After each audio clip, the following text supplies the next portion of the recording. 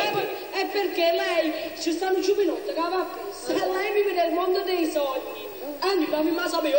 No, che da fuoco a fa Salvatore, Lucia. Allora la faccenda è seria. È grave. Serio, questa cosa già la ritta a me, Lucia. Tu chi ci trasa? Ma la hitta a te, ma non la hitta a me.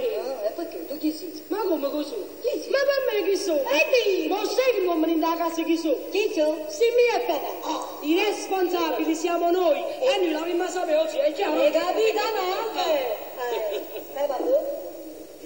Prima che torni in America, la guaglione me la porto con me. Ti sta bene? Ma come ti porta la creaturina a me?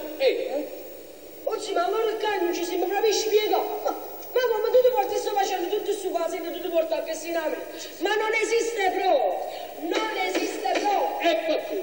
Perché se mi porto pure a me, allora la faccenda cambia. Se ti porto pure a me te, è la chiaro. faccenda cambia. E se non si accetti non ci vengo. A te state zitto, poi Ma